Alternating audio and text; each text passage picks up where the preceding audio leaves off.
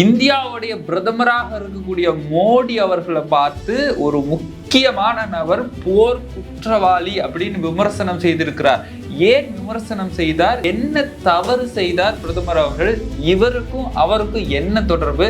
இவருக்கு எவ்வளவு தில் இருந்தா இந்தியாவோட பிரதமரை பார்த்தே குற்றவாளின்னு சொல்லலாம்? இது சார்ந்த முழு விவரத்தை இந்த வீடியோல நம்ம பார்க்க இருக்கிறோம். வாங்க வீடியோக்குள்ள போலாம்.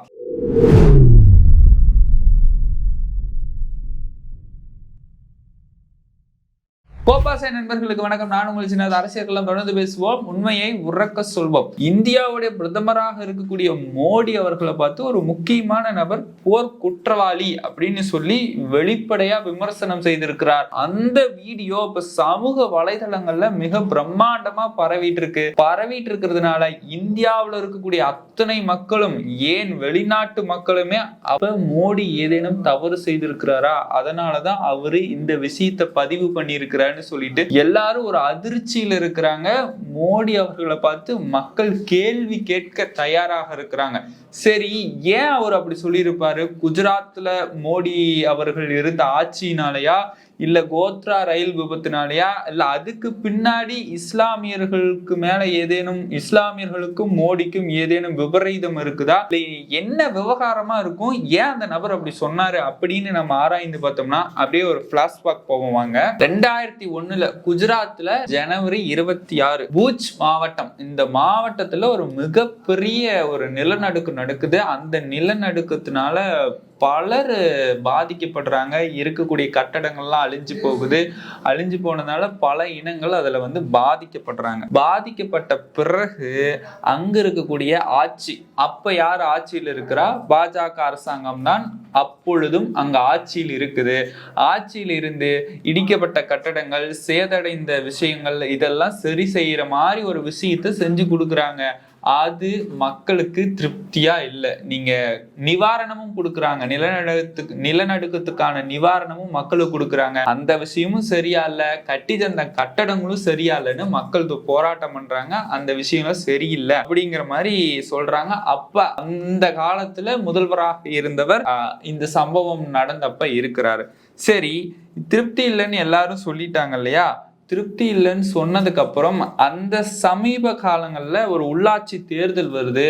உள்ளாட்சி தேர்தல்ல இதுக்கு முன்னாடி பாஜக பெரும்பான்மையா வாக்கு பெற்று இருந்தது. அந்த காலத்துல மிகப்பெரிய பின்னடைவை சந்திக்கிறது. என்னன்னா, ஏற்கனவே 599 இடங்கள் இருந்திருக்கு. அதிலிருந்து 199 இடங்களாக பாஜக குறைக்கப்பட்டிருக்குது. அதுக்கப்புறம் காங்கிரஸ் 111 இடத்திலிருந்து 513 இடத்துக்கு உயர்ந்திருக்கிறாங்க. இதுக்கு முன்னாடி பாஜக பெரும்பான்மை வாக்கு பெற்றுட்டு இருக்கிறாங்க. இந்த சம்பவத்துக்கு பிறகுதான் பாஜக மிகப்பெரிய பின்னடைவை சந்திக்கிறது. அப்ப காங்கிரஸ் மேலோங்கி வருது. சரி, இந்த விஷயத்தினால ஏதேனும் அந்த முக்கியமான ஒரு நபர் போர் குற்றவாளின்னு சொல்றாரா அப்படின்னு பார்த்தோம்னா அதுவும் இல்லை. இன்னொரு முக்கியமான விஷயம் இருக்கு. என்னன்னா, அப்ப RSS காரங்க என்ன சொல்றாங்கன்னா, அந்த முதல்வராக அவர்களை கூப்பிட்டு பாஜக உன்னாலதான் பெரும் பின்னடைவை சந்திச்சிருச்சு, நீ ராஜினாமா செஞ்சுக்கோ அப்படிங்கிற மாதிரி சொல்லிட்டாங்க. அவரு ராஜினாமா செய்த பிறகு அந்த மாநிலத்துல சட்டமன்ற தேர்தல் வருது. சட்டமன்ற தேர்தல் தான் இப்ப இந்தியாவுடைய பிரதமராக இருக்கக்கூடிய மோடி அவர்கள் அங்க நின்னு அந்த சட்டமன்ற தேர்தல மாநில முதல்வராகவும் பதவி ஏற்கிறாரு. எப்ப ஏற்கிறாருன்னு பார்த்தோம்னா பிப்ரவரி 24, 2002 ஏற்கிறாரு. இந்த 24 பதவி ஏற்கிறாரு இல்லையா? அதுக்கப்புறம் நடந்த இவர் பதவி ஏற்று 3 நாளுக்கு அப்புறம் நடந்த ஒரு முக்கியமான விஷயத்தினாலதான் அவர் போர் குற்றவாளின்னு சொல்லியிருக்க ஒரு காரணமா இருக்கும். பிப்ரவரி 27 ஒரு கோர விபத்து, கோத்ரா ரயில் விபத்து நீங்க கேள்விப்பட்டிருப்பீங்க. அந்த விபத்து பிப்ரவரி 27 நடக்குது. அந்த கோத்ரா ரயில் விபத்துல கிட்டத்தட்ட 25 பெண்கள், 14 குழந்தைகள் உட்பட 59 நபர்கள் கொல்லப்படுறாங்க. கொல்லப்பட்டதுனால இத குஜராத் ஊடகங்கள் மக்கள் மத்தியில கொண்டு போய் சேர்க்கணும்னு அவங்க பாடி எடுத்துட்டு போற வீடியோ, அந்த வீடியோ எல்லாத்தையுமே தொடர்ந்து ஒளிபரப்பு செய்யறாங்க.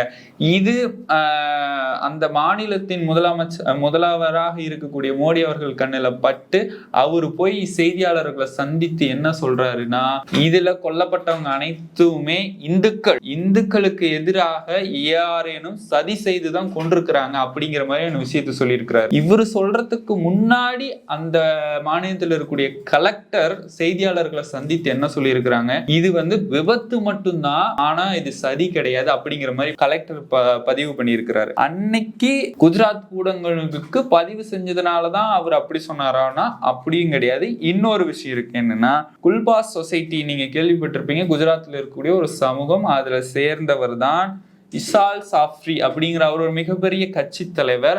அவருடைய இடங்களை ஆர்எஸ்எஸ் சங்க பரிவாரங்கள் ஆக்கிரமிக்கிறாங்க. ஆக்கிரமித்த பிறகு அவரு போலீஸ்காரருக்கு போன் பண்றாரு, விசாரணை அமைப்புகளுக்கு போன் பண்றாரு, எல்லாத்துக்கும் போன் பண்றாரு. ஆனா யாருமே எட்டி பார்க்கல அப்படிங்கிற மாதிரி தகவல் தெரிவிக்கிறாங்க. அதுக்கப்புறம் என்ன நடந்துச்சு, அவரு கூட இருந்த பார்சிய பெண் என்ன சொல்லி இருக்கிறாங்கன்னா, கிட்டத்தட்ட 69 நபர்களை உயிரோடு எரித்து கொலை செய்திருக்கிறார்கள் ஆர்எஸ்எஸ் சங்க பரிவாரங்கள். இந்த விஷயத்தினாலதான் அங்க இருக்கக்கூடிய ஒரு முக்கியமான நபர் மோடி அவர்களை போர் குற்றவாளின்னு சொல்லி உலக அரங்கில் அப்பட்டமா சொன்ன விஷயம் தெரிய வருது.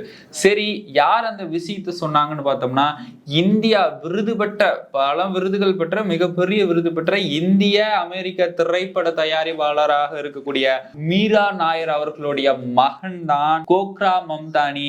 இவருதான் மோடி அவர்களை பார்த்து நேரடியா அவர் ஒரு போர் குற்றவாளி அப்படின்னு விமர்சனம் செஞ்சிருக்கிறாரு. விமர்சனம் செஞ்சது மட்டும் இல்லாம இன்னொருத்தரோட ஒப்பிட்டு இருக்கிறாரு.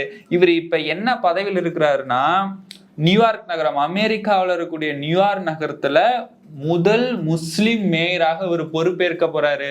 இவருடைய வயது 33.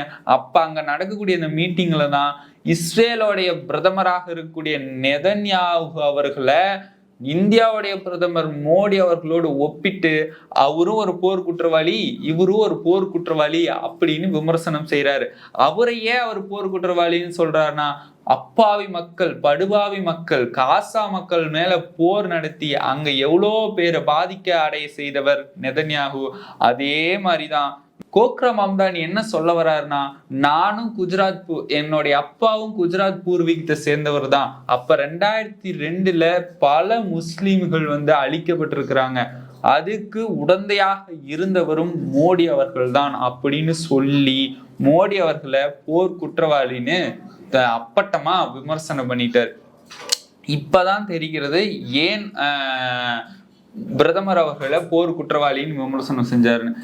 இங்க ஏன் அவர் இந்த விஷயம் தான் இப்ப சமூக வலைதளத்துல பிரம்மாண்டமா பரவி இங்க இருக்கக்கூடிய இந்தியர்கள் மட்டும் அதிர்ச்சியில ஆழ்த்தலங்க.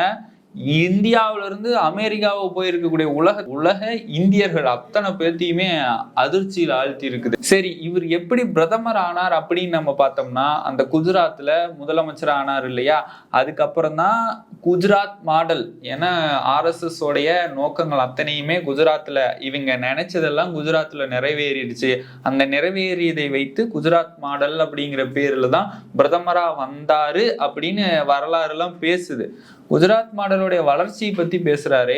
தமிழ்நாட்டுடைய வளர்ச்சி அவருக்கு தெரியுமா, நம்ம திராவிட மாடலுடைய வளர்ச்சி அவருக்கு தெரியுமா அப்படின்னு பார்த்தோம்னா, குஜராத்தில் இருக்கக்கூடிய அத்தனை வசதிகள், அந்த குஜராத்தில் இருக்கக்கூடிய வசதிகளுக்கு மீறியே தமிழ்நாட்டுல சுகாதாரம் இருக்கு, மருத்துவமனை இருக்கு, நல்ல கல்வி இருக்கு. அது மட்டும் இல்லாம வெளிநோயாளிகளுக்கு நம்ம மருந்து கொடுக்குற அளவுக்கு அத்தனை வசதிகள் இருக்கு. இத திராவிட மாடல் சொன்னா அவங்களுக்கு கோபம் வருது. ஆனா குஜராத் மாடல்னு சொல்லிட்டு அவங்க ஆட்சி நடத்திட்டு இருக்கிறாங்க அப்படின்னு பலராலும் விமர்சனம் வைக்கப்படுது. ஆனா குஜராத் இப்ப வளர்ச்சி பிரதமர் அவர்களுடைய மண்ணான குஜராத் இப்ப வளர்ச்சி அடைந்திருக்குதா அப்படின்னு நம்ம பார்த்தோம்னா அதுவும் வளர்ச்சியில பின்தங்கி தான் இருக்கு. அங்க இருக்கக்கூடிய எல்லாத்துக்குமே சரியான கல்வி, சுகாதார, மருத்துவம் அப்படிலாம் கிடைக்குதானா அதுவும் கேள்விக்குறியாகத்தான் இருக்கிறது.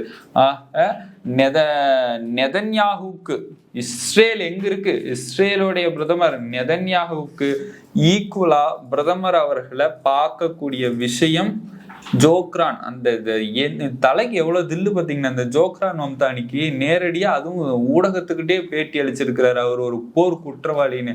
அந்த மாதிரியான ஒரு தில்லு உள்ள நபர்களாலதான் பின்னாடி யார் யார் குற்றம் செய்யறாங்க, ஊழல் செய்யறாங்கன்னு மக்கள் மத்தியில கொண்டு வர முடியுது. அப்ப அவர் சொன்ன விஷயம் சரிதானா அப்படிங்கிறத நீங்க மறக்காம கமெண்ட் பாக்ஸ்ல தெரிவிச்சுட்டு போங்க. மீண்டும் ஒரு நல்ல அரசியல் களத்தில் நான் உங்களை சந்திக்கிறேன். அதுவரை உங்களிடமிருந்து விடைபெறுவது நான் உங்கள் சின்னா.